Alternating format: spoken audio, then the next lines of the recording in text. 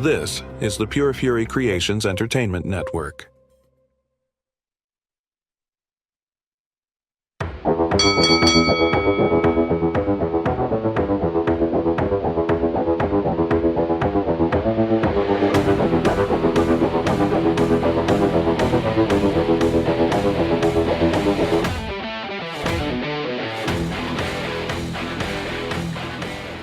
We welcome you to the Fatal 4-Way live on ONTV, along with Orion, Bolf, and Quadell Q Edwards. I'm Jason Clouse. We certainly appreciate you tuning in here this week. A very special episode because especially when we get to the Mount Rushmore later on in the program. But before we get to that, we have a lot of headlines that we need to break down since the last time we were here on ONTV. And really the dominant headline here, gentlemen, has been this rash of releases that's been going on both in WWE and AEW. Now, obviously, the WWE side very much longer in terms of the number of releases. AEW, though, their releases have been very high profile. And I feel like there's going to be a lot of damage done in the long run. But you look at the WWE side of things, we got the Authors of Pain, their manager Paul Ellering, the Good Brothers, Blair Davenport, Cedric Alexander, Giovanni Vinci, Isla Dawn, Sonya Deville, Duke Hudson, and Elektra Lopez. On the AEW side, no surprise really with Malachi Black, Miro, Ray Phoenix, and Ricky Starks. We'll get to him here in a little bit, but Q, I'll ask you first, and anybody that wants to jump in on this conversation, you can call. The lines are open, 810-640-5591. Q, I'll ask you first, for the WWE side, was there a release on this list that took you by surprise? The only one that took me by surprise, and it's not really who it is, it's because of the situation, was the Good Brothers, because Carl Anderson was injured when he got released. But nobody on this list was really doing anything.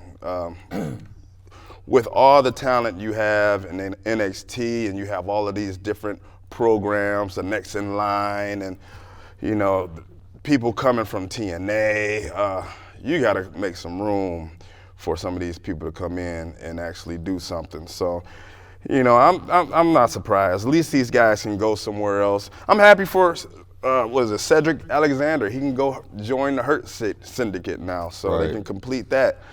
But these guys weren't doing anything, so.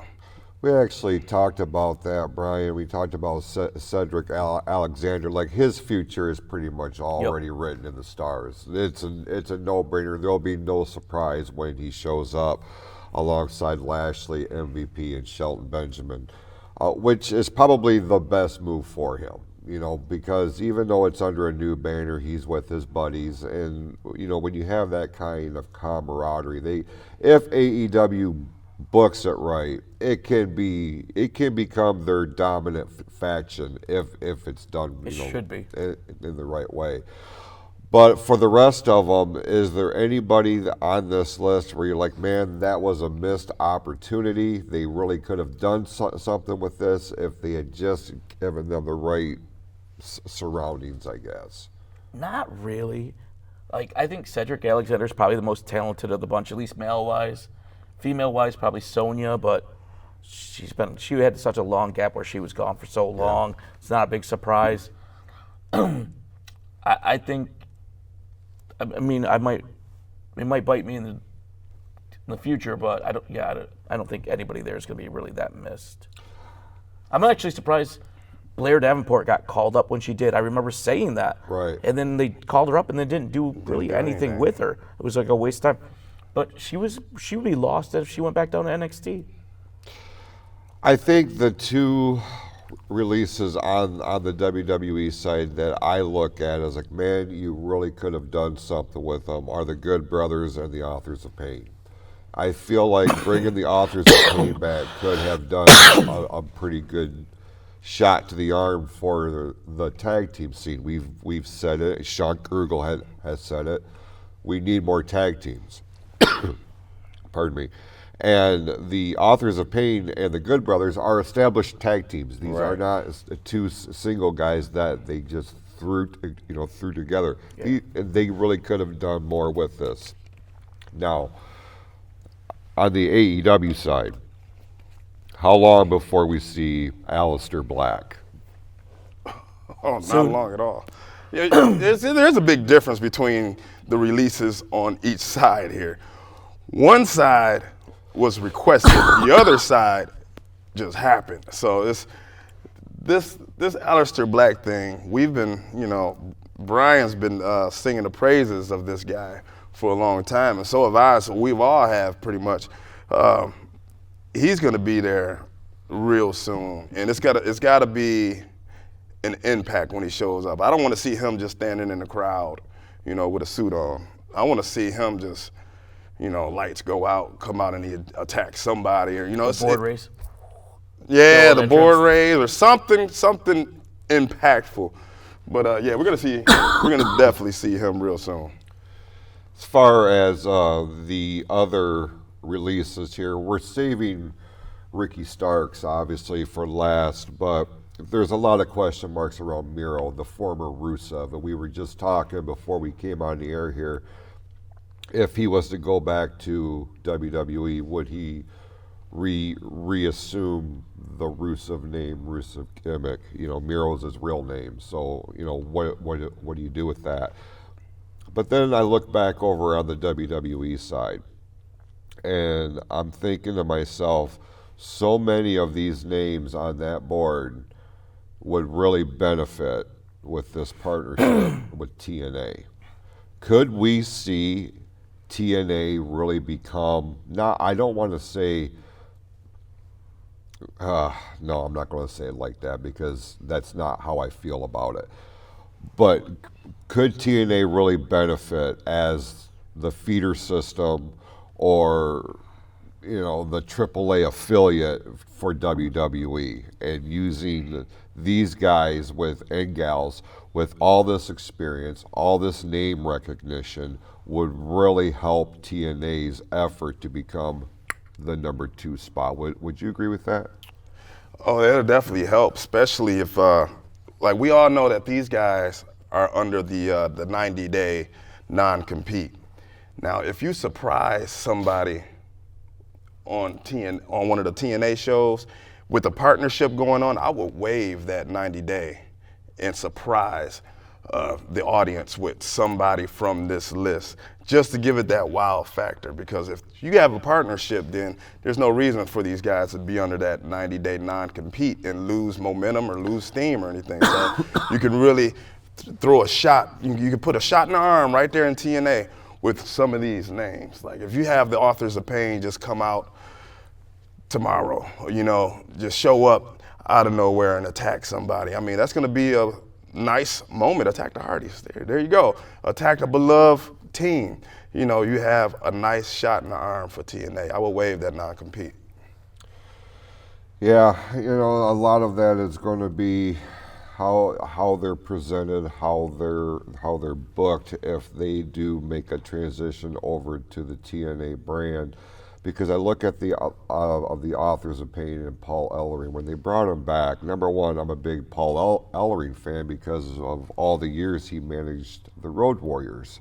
So I really wanted him to have that lasting legacy in today's product, and the Authors of Pain needed a mouthpiece. Yep. I thought it was a great package, but then they brought him and put him with the Final Testament. That was a bad move. With Karrion Kross. And I said on the hot tag with Sean, I was like, I felt like this was a group of people fighting for their spot within the group. Mm-hmm. It didn't feel like a faction like the Judgment Day, Right. And it could have been, if done right, the natural rival to the Judgment Day. You see what I'm saying? Mm-hmm. So booking and the presentation like that really played a hand in a lot of what we saw and why people have an opinion one way or the other. But now that's going to lead us to Ricky Starks. because on Monday it was released that he had been released from AEW. On Tuesday, he shocks the world and shows up on NXT. Brian, obviously we don't have inside access to what happens, behind the scenes. But how fast do you think this whole thing came together, or do you think this was something that was in the works? It was, kept under wraps, which is hard to do in this day and age. But when he come walking through the crowd, and the people realized what was happening, dude, that was a moment for NXT that I think we're going to go back and look on years down the line and be like, this is where something big started with this kid. Yeah, I think it might have been somewhat pre-planned out, because if you remember, if you go back like a few months, like there was a lot of rumors about him being ready to come over. Cody's buddies coming soon, all this stuff. So maybe like they had like a game plan, like, if once we can get him, this is how we'll slide him in, and let's get him going right here. I think that's exactly what they ended up doing. It worked out, because like you said, you have to get a jump on the dirt sheets. Yeah, absolutely, because you're starting to, there's leaks within every organization, and for one particular one, it seems like it may be the head of the company, if I can be honest with you, but be that as it may. Q, we haven't seen an arrival like this that has garnered this type of response. I'm not comparing crowd size or overall impact, because we're like day 5 into the Ricky Starks thing here. But we haven't really seen this since Scott Hall walked through the crowd at Nitro, which would kickstart the formation of the New World Order. Now, I'm not sitting here and saying we're on the cusp of seeing a new version of the New World Order, but Ricky Starks has the fundamental talent that could not be utilized properly, just based solely on the way he was booked. And truth be told, there have been instances where he's done himself no favors, but you can't deny the talent that this kid had. I am not a AEW diehard fan. I've tried it. I just can't. But I recognize talent when I see it. And the way this kid come walking down the stairs, and the crowd was feeding into the energy, I haven't felt this way about a newcomer coming from another promotion to a WWE brand since Jericho. And I feel like we could be on the cusp of the next rise of that type of character. Yes, he was talented. Yes, he went to he was very well known in one promotion, but it took the machine of WWE to propel him to the stardom that obviously he wants. Q, would you agree with that or no? Oh, absolutely. And what made it even more impactful is how quickly this came about.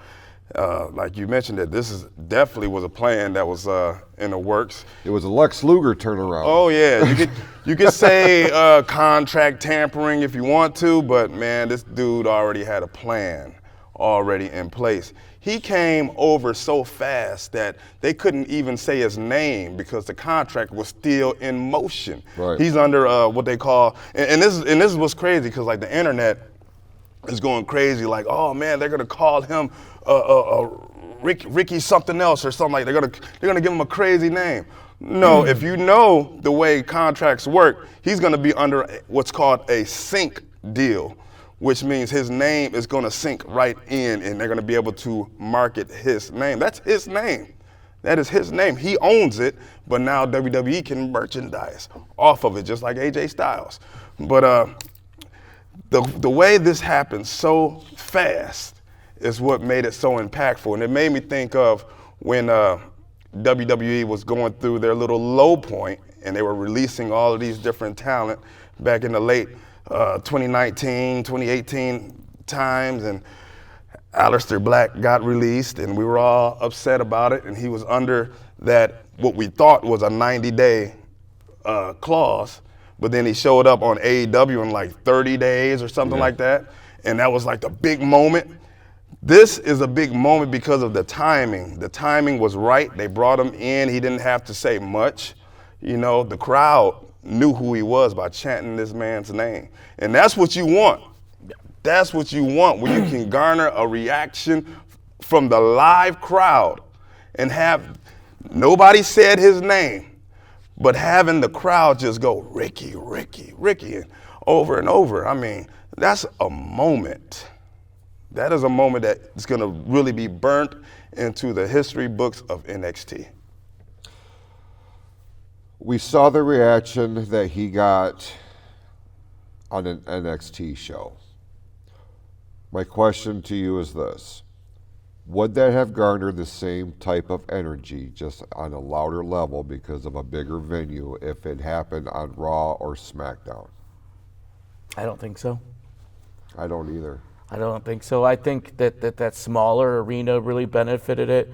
I feel like the people that watch NXT tend to watch more wrestling than just WWE, where a WWE crowd is more centralized.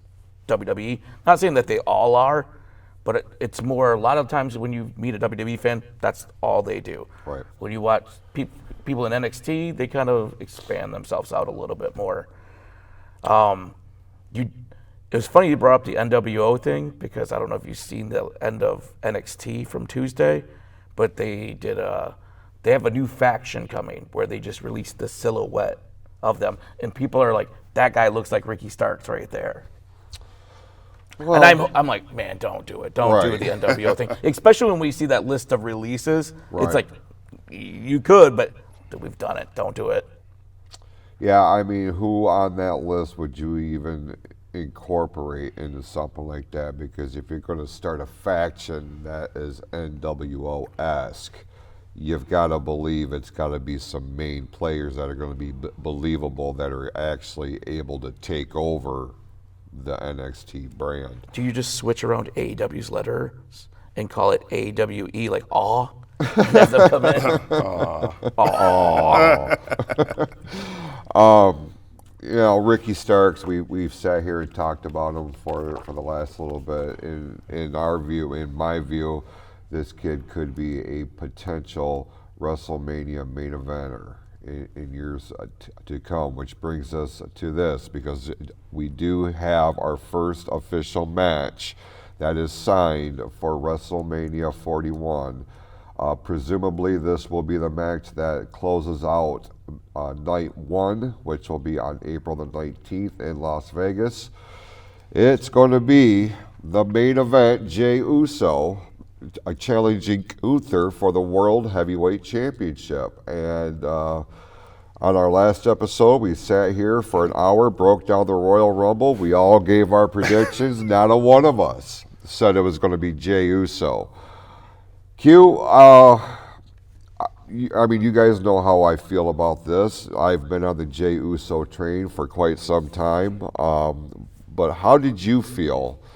Because when it came down to him and John Cena, most people assumed, all right, well, this is John's time to start ascending to his 17th title. But it was Jey Uso. And with the storyline, with this rivalry with Gunther, this sets up what I think is going to be the match that needs to happen, in my view. And I agree. I remember back in the day when the Royal Rumble used to be there to build and make stars. That's what we've seen today. The predictions that we've seen from this past Royal Rumble would say otherwise, because we have so many. It was so many stars. I mean, that was the deepest Rumble in many, many years. Jey Uso being that underdog, and the underdog actually winning, oh, that puts a big smile on my face. And just seeing that, the only gripe I have with this match is the fact that they just did it on Saturday night's main event. I wish it would have been maybe maybe on maybe the December Saturday night's main event. You know, I would have accepted it a little bit more. But the fact that they just did it. But I believe that this is going to be like an Eddie Guerrero moment. You know, this can definitely be like an Eddie Guerrero moment, you know, a Rey Mysterio moment. You know, when you get your first title, Shawn Michaels back in 96, Kofi with the Kofi Mania. I mean, this could be one of those moments that really explode the crowd. My only fear is that this might not close WrestleMania Night 1. That's my fear, that they might do the Seth Rollins versus Drew McIntyre of last year type of deal where they open. His name is main event. Exactly. Yeah. What are you talking about? Well, they say his name is already main event. He don't need to be in it. You know, he already got main event in the title, you know, so that's good enough. Just let him win the title on night 1 or night 2 opening match, because we still don't know where Roman's going to fall. We don't know where Punk is going to fall. You got John Cena. You have all of these big names that can easily steal matches. Yeah, and it's crazy because if The Rock say, you know what, I'm not gonna redo these shoots, and now I'm gonna work Mania. Oh man, anybody can lose their spot. If The Rock say, I want to come and wrestle my dog, that's gonna main event night 2. So I got into a conversation on Twitter about this match because fans of the IWC will have been going on there for years at this point. We need something new. We need new stars. We need this. We need that. Exactly. Tired of the same old thing. Then you get something new. And not only something new, but you know, they've been planting the seeds on Jey Uso for the last few years here to bring him to this spot. And by and large, based on what I see and what I hear, it is resonating with the fans that are buying the tickets, that are buying the merchandise. Yeet. Because I'm here to tell you, the natural comparison is, well, this is the newest version of the Yes Movement with Daniel Bryan. And I totally see the comparison. But this is something different.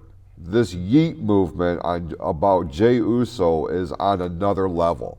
I can't pinpoint what it is, but it just has a different feel to it. And you can go back no further than last year's Backlash when they were in France and how that crowd responded to him. And now you're starting to see, as we're on the road to WrestleMania here, you're starting to see that level of excitement every time he comes out now. Yep. Brian, I'm going to ask you this. The other argument is, much like what Q was saying, we've seen this before. But I think for a lot of people, the reason why they have such an issue with this is because they're not looking at the backstory. Because so much of what these matches are is a story. I mean, if you're not telling the story, what is the purpose of being out there? So yes, we've seen this on Saturday night's main event. Yes, they did wrestle for the Intercontinental Championship a year or two ago. I understand all that, but that's backstory. That's a storyline. And I feel like just the way they've set this up so far, as we move in to the last few weeks, they're going to add more and more layers to this, because Gunther is believable. Gunther the next day when he went out and did that promo, he said, "You don't deserve this match. Like, I deserve to take on somebody better. I'm working on my legacy, and you're not helping my legacy." I think he really built that story, helped that elevate that storyline. Like, I already beat you. Like, you're nobody. Like, that's what builds it. Like, we saw Rocky 1. We still watched Rocky 2. Right. It was the same two guys. Like the story developed. But yeah, what you were saying earlier, you were arguing with people on Twitter about wanting something new. You literally saw it on the same card. People complained Charlotte Flair won the Rumble. Oh, of course she did. And we don't get nothing new. And then Jey Uso wins the men's, and they're like, oh, why would he win it? We have all these guys that should have won it. It's like the same card, and you're arguing both sides. Right. Yeet. On that note, one thing I want to throw in there real quick. WWE smart. they reach out to sports venues and be like, play his song. Yeah. Can you imagine the response when you start, like, the Lakers come out to play, and they're like, they play that, and everyone's doing the yeet. I'm telling you, there. if Joe start playing this, I'm jumping on that, the stage. You do that, and man, Jey Uso's star is going to rise so far.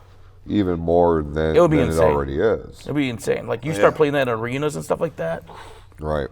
Like, that will replace the Wave easily. Yeah. They play the Undertaker's music, Yeah. and that's the dead man's music at games. The Cavaliers did it a lot. I'm so glad that you mentioned that, because that's going to lead us into a perfect segue here, because obviously WrestleMania 41 is, you know, the big weekend for wrestling fans, and you also we see the induction of the Hall of Fame. We already know that Triple H is headlining the 2025 class of the WWE Hall of Fame, but we learned earlier here today that Michelle McCool, real-life wife of The Undertaker, Dead woman, is going to be inducted. What's your thought on that? Do you think it's her time? I think it's pretty cool. Yeah. But oh yeah, you know what? Michelle McCool was she was a woman wrestler that was in the wrong era. Yeet. It's a good way. It's a good way of putting it. She was in the wrong era. I mean, she was wrestling for that butterfly title. And, you know, it's. I was going to say the butterfly era. Yeah, she was in the butterfly era. She would thrive if she was around today. You know, in today's era, with the talent they have now, and her wrestling people like Julia and stuff like that. I mean, that would be awesome. So yeah, Michelle McCool, she's definitely deserving. I'm not gonna knock her down because of the era she was in, you know, because, you know, it is what it is. But she was very talented in the ring, and for those who like the style clash, Michelle McCool, that was her move. The Styles Clash. Yep. What did she call it? I forgot what she called it. And also, real quick, we want to make mention, because this came across very recently, Demolition has apparently signed Legends deals with the WWE, which has fueled the speculation that they could be also Hall of Fame bound this year. But before we get to WrestleMania weekend, there is one more premium live event that has a lot of stakes. Now, on the next episode of the Fatal 4-Way, which happens in 2 weeks' time, it actually happens on the eve of this show, so we will dedicate all of that as a preview. Because of the high stakes, the Elimination Chamber on Saturday, March the 1st. Right now, for the men's side, we know it's John Cena, CM Punk, Drew McIntyre, Logan Paul. 2 spots remain. And then on the women's side, Liv Morgan, Bianca Belair, Alexa Bliss, and Bayley. Some backlash here, Q, as far as, you know, even though they incorporated it into the storyline, or, you know, how they are qualifying for this particular match. You know, we just got done saying, you know, there's a lot of back and forth, wishy-washy, if you will, with this IWC. They're happy that Cena is going to be a part of it, but now all of a sudden they're wanting him to qualify. Why does he get to automatically just assert himself into this match? Well, you can look at it on the graphic on the screen right now. He's the one front and center, number one. Number two, whether you are a fan of his or not, the guy really has earned the right to call his shot, right? Now, again, we will be doing a preview of the Elimination Chamber pay-per-view or premium live event on the next episode of the Fatal 4-Way.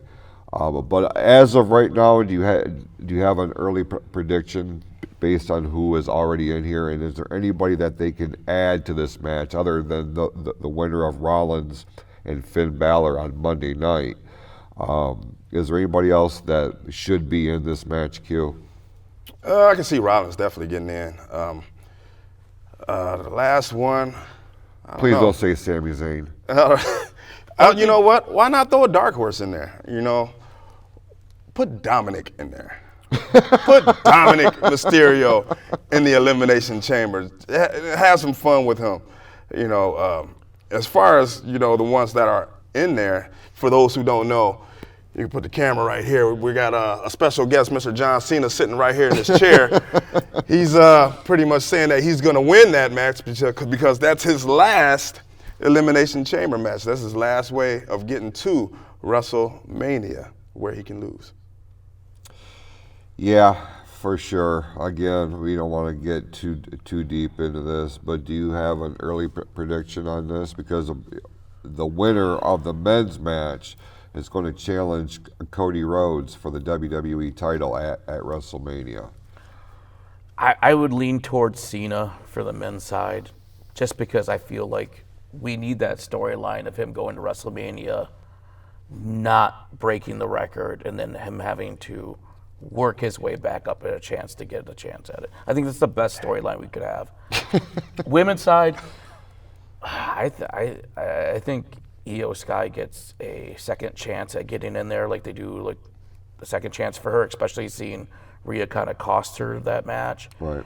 And I think Io Sky wins Elimination Chamber and faces Rhea Ripley. She does have a title match already. They announced that Io Sky is challenging Rhea Ripley on Monday night. Oh, that's true. They are doing it that way. On Monday night, I think it was it after Elimination Chamber? The Monday night after? Yep, the Monday night after, Which means I'm going to go Bianca. Because we got to get her out this tag team thing. And I feel like it's Bianca or Alexa Bliss. Yeah. You know, because you need to capitalize on Alexa. I think I would let Alexa build up some more momentum before I threw in there against Rhea. I think Bianca's probably a smart move, especially if you get Jade to come back and we finally get the storyline of who jumped her, which I think it's going to be Naomi, and then Right. Yeah. then we get a whole nother storyline to go through. Right. There we go. Well, we're going to break those matches down and all of the other matches that they have planned for the Elimination Chamber Premium Live event, and that's going to happen in 2 weeks' time right here on ONTV. But before we get there, we're going to run a quick timeout. When we come back, a very special, heartfelt edition of Mount Rushmore. All that and more when the Fatal 4-Way returns right after this. 9, 8. Are you or someone you know having thoughts of suicide or experiencing a mental health or substance abuse crisis? 988 connects you to compassionate, confidential support for free. 988. 988 is the new 3-digit dialing code for the Suicide and Crisis Lifeline. For years, the Lifeline, formerly known as the National Suicide Prevention Lifeline, has answered tens of millions of calls and helped people overcome mental health-related distress. 988 is the same trusted resource. When you call, text, or chat 988, you'll be quickly connected to trained crisis counselors who will listen to your concerns, provide support, and get you additional help if needed. There is hope. The Lifeline works. You are not alone in crisis. Just call, text, or chat 988. 988. Knowing how to identify signs of crisis in others and help connect them to resources like the 988 Suicide and Crisis Lifeline is an important way to prevent suicide in Lake Orion. For information about free suicide prevention trainings offered in our community, please visit the North Oakland Community Coalition at noccmi.org. 988. Have you ever thought of producing your own podcast? ONTV offers the facilities, equipment, and training to help you get your own podcast off the ground. Learn how to record your show and get it out to the world. Cost is $25 per person, which gives you access to ONTV's podcast room and equipment. For more information, give ONTV a call at 248-393-1060 or visit orionontv.org today. And we welcome you back to the Fatal 4-Way live on ONTV, along with Brian Bolf and Hollywood Q, and conspicuous by his absence is Sean Krugel. I'm Jason Clouse. We certainly appreciate you tuning in here tonight. And we're going to get into a very special edition of this week's Mount Rushmore. But before I send it over to Brian, I just wanted to take this opportunity to wish my special Valentine a very special. Thank you. Really? Are you kidding me? I'm trying to have a moment here, I know. and you're going to. I'm putting you two on my Mount Rushmore. Well, since you went ahead and screwed that up for me, happy Valentine's Day, sweetie, and to everybody else who's watching here tonight. I hope you enjoy your day. Go ahead, Brian. Love you, Amber. Gotcha. I try to keep them pretty much like, going on what's going on. Obviously, today's Valentine's Day, so our Mount Rushmore is our favorite on-screen couples throughout the years of WWE. And, man, when we started working these out, I feel like there was way more than what I really thought. It was like, actually had to chisel my list down a little bit. But, all right, so for me, there we go. Boom. All right. Stop, you're messing me up. It's not fair. Oh, no? No. It's not fair. Not at all. I'm sorry to hear that. The king and queen of WWE is Macho Man and Miss Elizabeth. That is the pinnacle couple right there. And then I feel like if we were to slide over to WCW side, it's Diamond Dallas Page and Kimberly. Sure. So I got those out of the way. And then, I feel like we should be inclusive and represent all types of relationships. So why not go Billy and Chuck, man? They got married right there on the Raw. It's SmackDown. SmackDown, Yeah. correct. Yeah. So we got them in there, and then, it wouldn't be me. It really wouldn't. This relationship, I think, was the pinnacle for woman. Her and Kevin Sullivan. We all know where that ended up, so. Yeah, you have this. Obviously, Savage and Elizabeth are what they are, and you're absolutely right about the Pages. I can appreciate the inclusion of Billy and Chuck because, man, when that thing was happening, it was all over mainstream media. Like they were on the Today Show, and it winds up being part of the show or what have you. But they really did resonate, with the fans. Sullivan and The true death to you apart. yeah, well, I guess so. Yeah. Q, let's pull up your Mount Rushmore.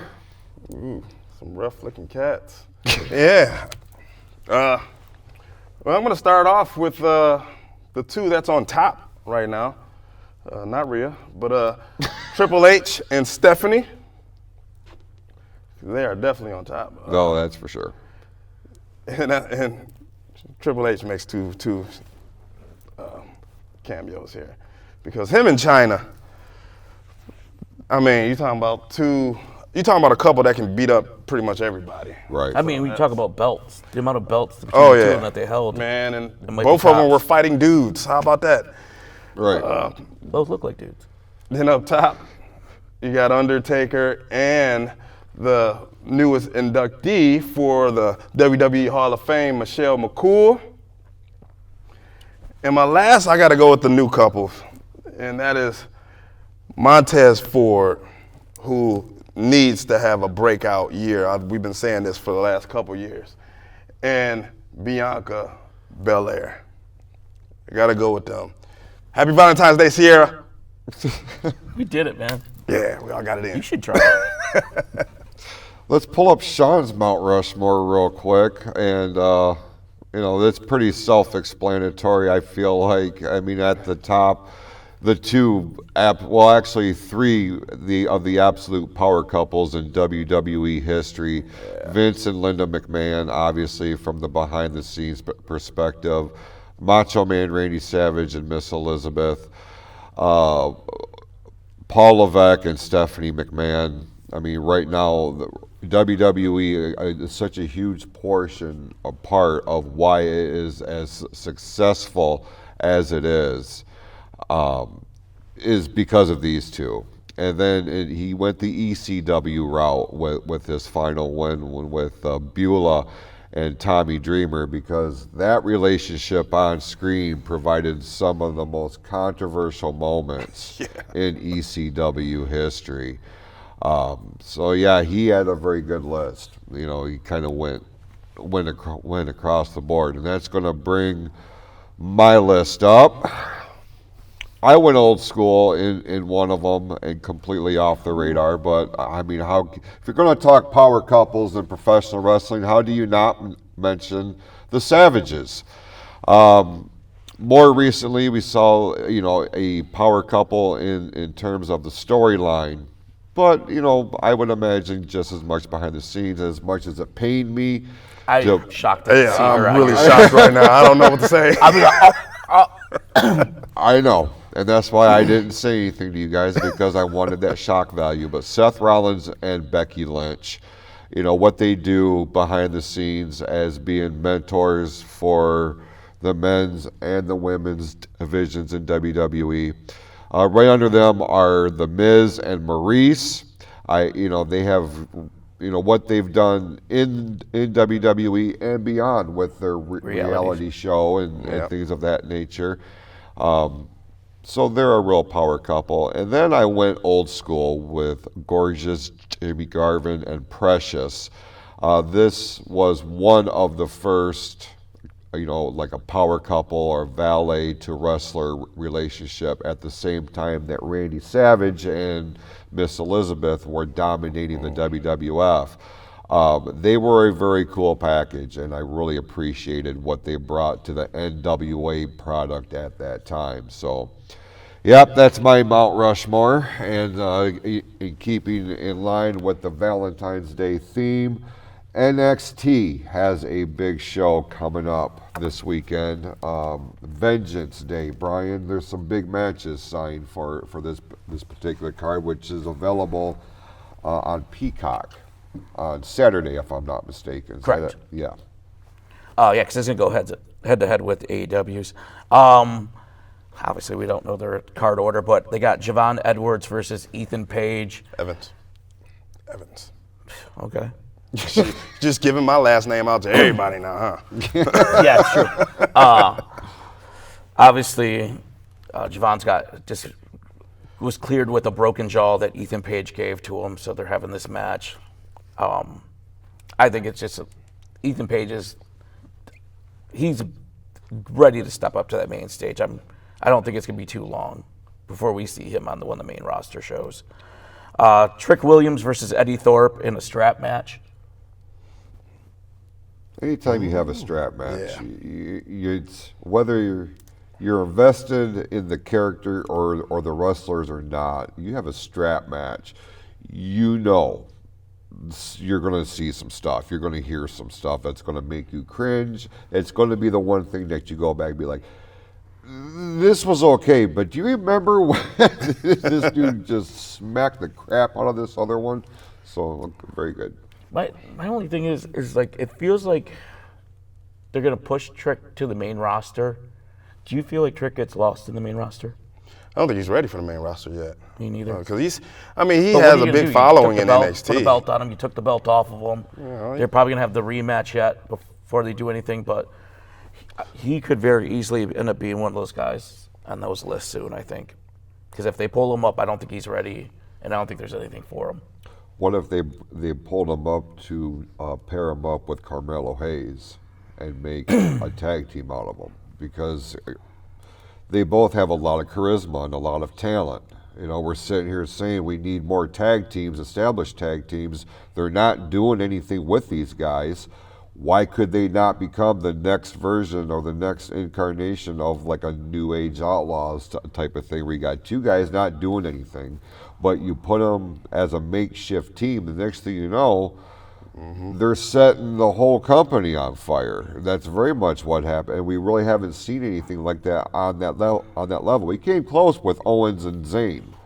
You know, the way they main evented WrestleMania, I wish they had kept them as a tag team, especially now when you got the Motor City Machine Guns, you've got all these other new tag teams and other ones with like the War Raiders and the bigger. Yeah. I'm so glad that's back. I know you are. And that's the only reason why I said that, because I knew you would do that. So thank you for following suit. I'm such a mark. Well, that's all right. No, you're a fan. You're a fan. You're a fan. True. You're a fan. I think, I'm not saying it with these guys, with Carmelo and Trick, but possibly, when these guys hold that NXT world title and then they go to the main thing, I feel like they almost feel like they're probably like, tag team titles are kind of below us. Like, we were champions. We're going to be champions. And it's like, that's not the way it works. No, I agree with that. But I feel like you do get that with a lot of these people. I think they expect a lot, feeling they're a champion here, and they expect to get this huge push. And it as we've seen, it doesn't happen a lot of times. You gotta remember, it's crowded at the top. Yeah. And we need mid-carders. We need upper mid-carders. We need lower mid-carders. We need, there's got to be people that win. There's got to be people that lose. So everybody's going to end up falling into some type of spot. And if it's up to you, if you rise up, just look at Jey Uso. 10 years ago, he was opening WrestleMania on the pre-show. Right. And now look at him. He has the most over song. Trick Williams actually has that same connection with his song. So this could be somewhere down the line, maybe 10 years from now, because Trick Williams is still being developed. 10 years from now, we can see a Trick movement. Yeah. That sounds weird. Trick play. Trick movement. Yeah, we can see a Trick movement. Who knows? All right, next we got Fraxium, Nathan Frazier and Axiom with the tag team belts, taking on Josh Briggs and Inamura from the Noah organization. In the mirror. That's what I said.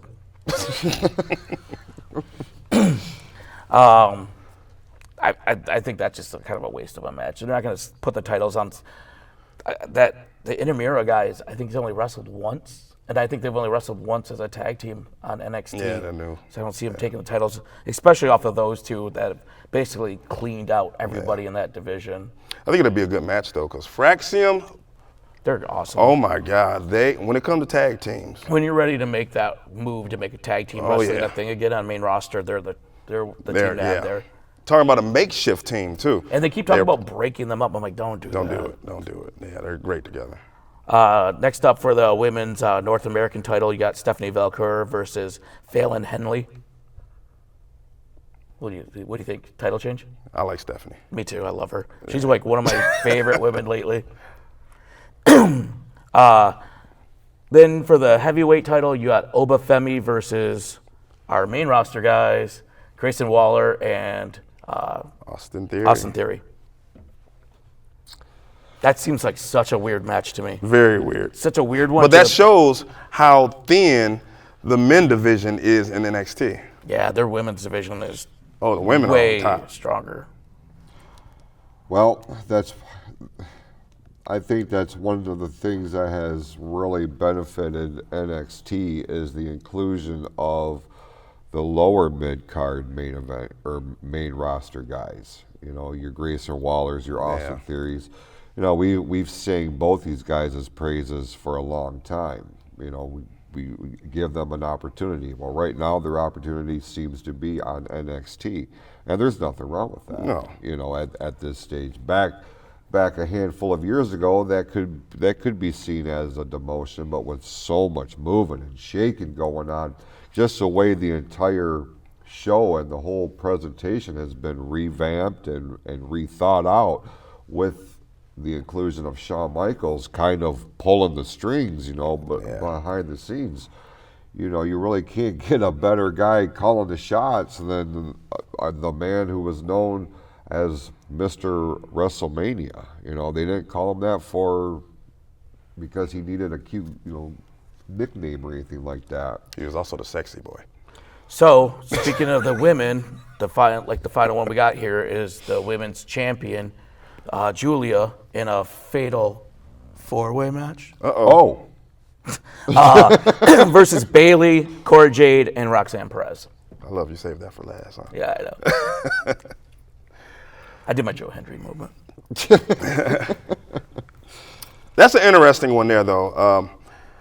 And I think that's great for Bayley because that gives her something to do because the women division is like so crazy right now on the main roster. Yeah. And it seems like all the spots are pretty much filled.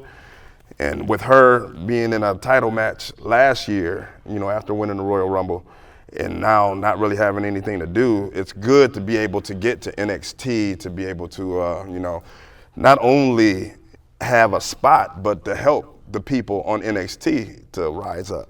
I feel like they've kind of given her the mentor role to Roxanne Perez. Like, we'll put you in a few matches with her, you show, like, push her, and, like, show everybody what she's got. Is that all the matches That's it. that are scheduled? That's for all Vengeance 6. Day? Okay, so that happens tomorrow on Peacock. Now, you mentioned it's going head to head, and it's going to head with. This guy got the way worse names to pronounce. I'm just focusing on the main ones. I don't blame you. AEW is presenting its Grand Slam Australia event tomorrow night on, I believe it's TBS or TNT, one of them. But they have a pretty good, lead-in in the form of the NBA All-Star Game. So at the conclusion of the NBA All-Star Game, you can stay tuned and check out AEW Australia. This goes down at the Brisbane Entertainment Center in Australia. They really have kind of stacked the card as much as they possibly can. Clearly, there are some matches that are going to garner more attention. Some of the matches that have been scheduled, we're not going to spend a tremendous amount of time breaking each match down, but just because we want to cover all bases here, for the Continental title, just that unto itself just annoys me to no end, if I can be honest with you. Okada will be going against Buddy Matthews. And Tony Storm will be defending the women's title against Mariah May. Mercedes Moné will be taking on Harley Cameron for the TBS title, one of the most coveted prizes in all of professional wrestling, named after the network. And then the Dark Riders will be taking on Jay White and Cope, Adam